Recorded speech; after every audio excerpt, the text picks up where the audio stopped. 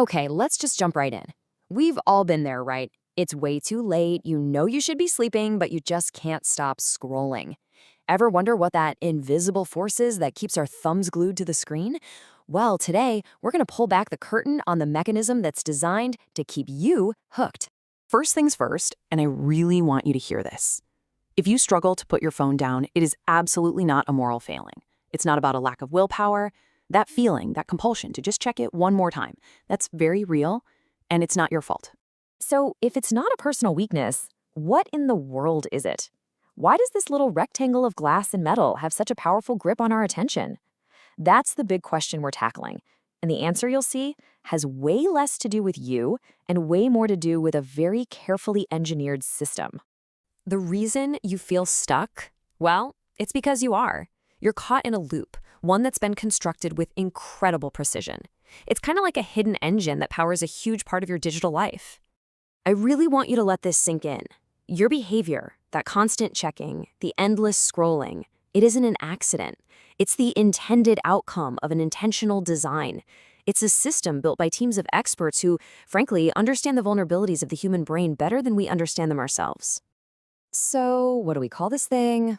It goes by a few names, but honestly, the most powerful way to think about it is as a digital slot machine.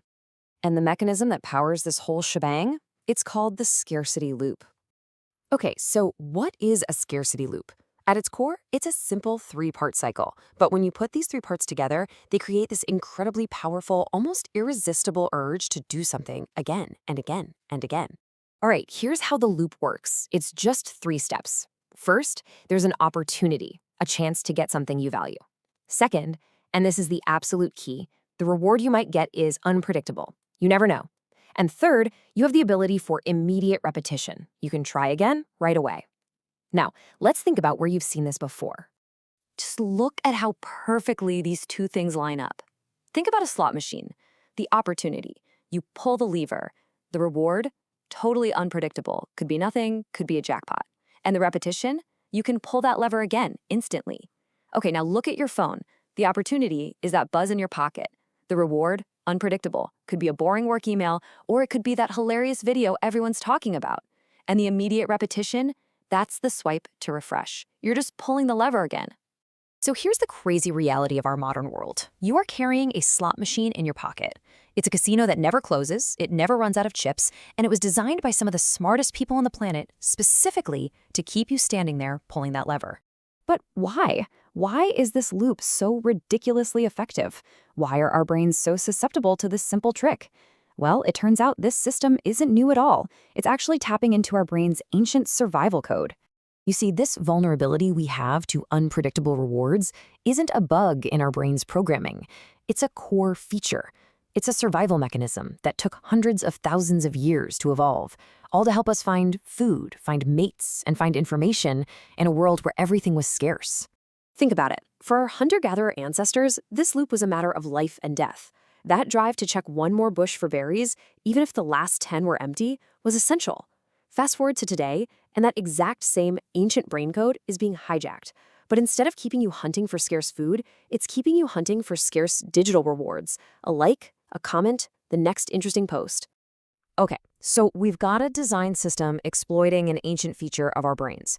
So what do we do about it? How do we break free? Well, the path forward starts with one single, surprisingly simple step.